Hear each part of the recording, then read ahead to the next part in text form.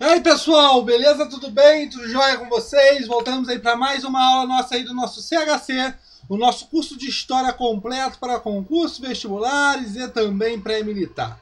Exatamente isso, nosso curso de História, o nosso CHC. O e-mail historiacom1@outlook.com, Facebook Isto Sai, e o celular para mensagem, o 3291650267. Como você pode observar aqui do lado aqui, é SPSEX, exatamente isso. É um resumão destinado ao pessoal que vai fazer a prova da SPSEX. Já vou falando de lá. Aqui você está aqui no YouTube assistindo essa aula. Você clica lá na pesquisa Istisátara, como está escrito aqui em cima. Você vai entrar no início, óbvio, né? E você vai clicar aqui, ó, em playlist, exatamente isso. Onde nessa playlist você tem o resumão SPSEX, onde você está assistindo essa aula, beleza? Você tem aqui, claro que o nome próprio diz, é um resumão. Mas se você quer uma aula mais completa, como a gente vai falar nessa aula de hoje, de História do Brasil, aqui está a playlist de História do Brasil, onde nós temos aqui, ó, 104 aulas de História do Brasil. São aulas aqui muito mais completas, muito mais detalhadas, diferente, óbvio, do resumão, que é um resumo dos principais temas, beleza? Que eu acho importante. Aqui o resumão de História Geral, com 74 aulas. Estou mandando mais aulas ainda também na playlist de História do Brasil, como no resumão de História Geral, beleza? Embaixo aqui, nós temos aqui, ó, resolução de exercício, meio ambiente com o professor Igor, aulas rápidas de História, História da América, resumão ESA, História da África, Pulo do Gato, e aqui os curtidos aqui, tudo mais, beleza? Então, você está na resumão SPSEX, os principais temas para a prova da SPSEX, e aqui resumão de História do Brasil e História Geral. Aqui tem os temas. Ah, professor, você não falou determinado tema. Está numa dessas duas playlists. Se for de História Geral, está na playlist de História Geral. Se for na playlist de História do Brasil, está lá. Ah, professor, você falou da vinda da família real para o Brasil. Você tem uma aula mais detalhada? Sim, aqui em História do Brasil tem uma aula sobre a vinda da família real, ok? O Facebook, se você não está adicionado ainda no Facebook, você não faz parte, aqui o Facebook Isto Sai, onde aqui eu posto vários exercícios, né? Aqui nós temos a parceria com o professor Tiago de Matemática, o resumão SPSEX, mais embaixo aqui tem o resumão ESA, entre outros. E posto vários exercícios simulados, como você pode observar aqui também, ok? Então aqui no Facebook Isto Sai. Voltando para a aula, o que nós vamos falar hoje? História do Brasil, resumão SPSEX, parte 1. Mentira, é parte 2, beleza? Já é parte 2. Parte 1 nós falamos o quê? Falamos lá do sistema colonial, ok? Vamos falar aqui da independência. Vamos falar sobre o primeiro reinado, ok? A independência. Quando que começa esse processo de independência? Óbvio que nós já temos indícios, né, insatisfações contra o sistema colonial, contra o pacto colonial, contra esse exclusivismo comercial da metrópole. Onde nós observamos isso? Em movimentos que estão acontecendo no Brasil. Exemplos, Inconfidência Mineira e Conjuração Baiana, com ideias separatistas.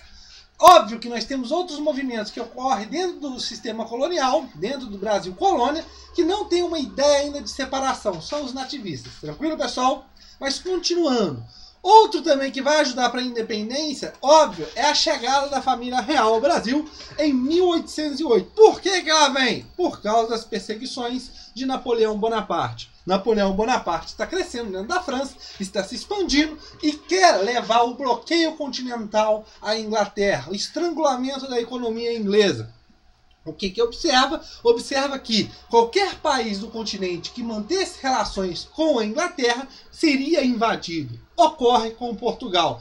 Portugal não rompe suas relações com a Inglaterra, também porque não poderia romper, por causa de vários empréstimos. E o que acontece? Portugal é invadido. Dentro dessas expansões napoleônicas, pessoal, nós observamos não só as emancipações, os processos de independência na América Portuguesa, no caso do Brasil, mas na América Espanhola também nós temos esse processo de independência ajudado pelas perseguições de Napoleão Bonaparte, ok? Quando a coroa chega aqui, o rei Dom João VI começa a tomar várias atitudes que vão beneficiar quem? A elite colonial. Olha a cara da elite colonial, está feliz. Por quê? O rei vai começar a tomar atitudes onde, nesse caso, o príncipe, nesse caso, ele vai tomar atitudes e nessas atitudes vão dar um benefício para a elite colonial. Como? Vai trazer o Brasil a Reino Unido de Portugal e vai fazer a abertura dos portos às nações amigas. Óbvio que tem várias estratégias de navegações que vão, nesse caso aqui, ajudar e levar um grande benefício para a Inglaterra, mas a elite, olha a cara dela, está feliz. Por quê? Aquela ideia do exclusivismo comercial, agora com a abertura dos portos, essa elite pode comercializar com outros países. Tranquilo, pessoal? Óbvio que depois de passar o tempo, terá a Revolução do Porto, em Portugal, com ideias liberais, na favor de quê? Na favor de uma nova Constituição, e essa Constituição, óbvio que vai limitar o poder do imperador, né? E com isso, eles vão querer a volta da coroa para Portugal. E também, outra coisa, recolonizar o Brasil. A ideia de Reino Unido, Portugal, a elite portuguesa, as cortes não queriam essa ideia. Então vão levar a ideia de quê? De recolonizar, ou seja, de voltar o Brasil a ser colônia. Olha a cara da elite agora. Está tristinho. Óbvio que essa elite vai, no caso, Dom Pedro, que será o Dom Pedro I, vai ficar no Brasil.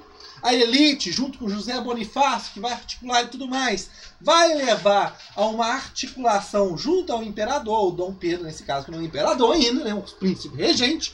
O que acontece? Nesse caso, o Dom Pedro vai atender às reivindicações dessa elite colonial, né, essa elite do Brasil. Pessoal, a independência do Brasil não tem uma grande participação do povo. A elite que vai levar esse troço, beleza? E óbvio que o Dom Pedro vai querendo ficar e também atendendo às reivindicações dessa elite, vai declarar o quê? O dia do fico e posteriormente a independência ou morte, beleza? Tranquilo? O processo de independência. Depois disso, o primeiro reinado com Dom Pedro I, imperador, ok? O Brasil nasce endividado. Por quê? O Brasil, pessoal, para ter reconhecimento, ele vai também ter o quê? Que pagar uma indenização a Portugal. E óbvio que o Brasil, nesse momento, não tinha o dinheiro todo. Vai pedir empréstimo a quem? A Inglaterra. Então nasce um Brasil independente, endividado e, pior ainda, com uma Constituição outorgada, uma Constituição imposta. Nasce com dívida, nasce com uma Constituição imposta e ainda mais, monarca, em volta de várias outras repúblicas que estavam se emancipando na América Espanhola. Tranquilo, pessoal? A Constituição de 1824 é outorgada, ou seja, ela é imposta de cima para baixo, diferente de uma Constituição promulgada, que é votada e discutida, ok? Quem que impõe essa Constituição? Óbvio que é o imperador. Em 1823, começa a Assembleia Constituinte para ter uma Constituição no Brasil. Só que essa Constituinte de 23, Dom Pedro olha essa Constituição e vê que ela vai tirar um pouco dos seus poderes, vai levar a uma diminuição dos seus poderes, e ele não quer isso. Dissolve essa Constituinte e outorga uma Constituição. Tranquilo, pessoal? Óbvio, dentro dessa Constituição se destacam os três poderes, junto com o poder moderador, que é exclusivo aí no caso do imperador, onde ele manda e desmanda, o voto censitário, onde homens maiores de 25 anos e livres votavam, era um voto indireto. Tranquilo, pessoal? Porque se votava numa assembleia, num colegiado, e esse colegiado que depois iria votar para quem seria deputado e tudo mais, beleza? E a religião oficial seria o catolicismo, ok? Temos uma aula, professor, você tem uma aula mais discutida, tudo mais disso aqui? Tem sim, aqui como eu já falei, na playlist de História do Brasil, ok? A centralização e autoritarismo. O que nós observamos com essa Constituição e com esse primeiro reinado? Uma grande centralização política e um grande autoritarismo do imperador. Óbvio que isso vai levar a uma crise dentro do seu reinado. Ainda mais porque Dom Pedro I ainda tinha a fama de ser um cara que não estava muito curioso e preocupado com as relações do Brasil, diferente do seu filho Dom Pedro II, que nós vamos observar mais à frente. Você vai ter movimentos que estão indo contra esse autoritarismo e essa centralização, porque a ideia era de ter uma república federativa, autonomia para as províncias, mas observa uma centralização de poder, um autoritarismo muito grande, um abuso muito grande, onde você vai observar movimentos que vão logo de cara querer reivindicar esses abusos. No caso, a Confederação do Equador. Tranquilo? A Guerra da Cisplatina também vai ser uma pedra no sapato do primeiro reinado, porque vai levar gastos e, óbvio, a crises econômicas dentro do Brasil. E, óbvio, a sucessão, né? O problema é que o imperador de Portugal, Dom João VI, morre, vai para a cidade dos Pejuntos, e há uma crise sucessória dentro de Portugal.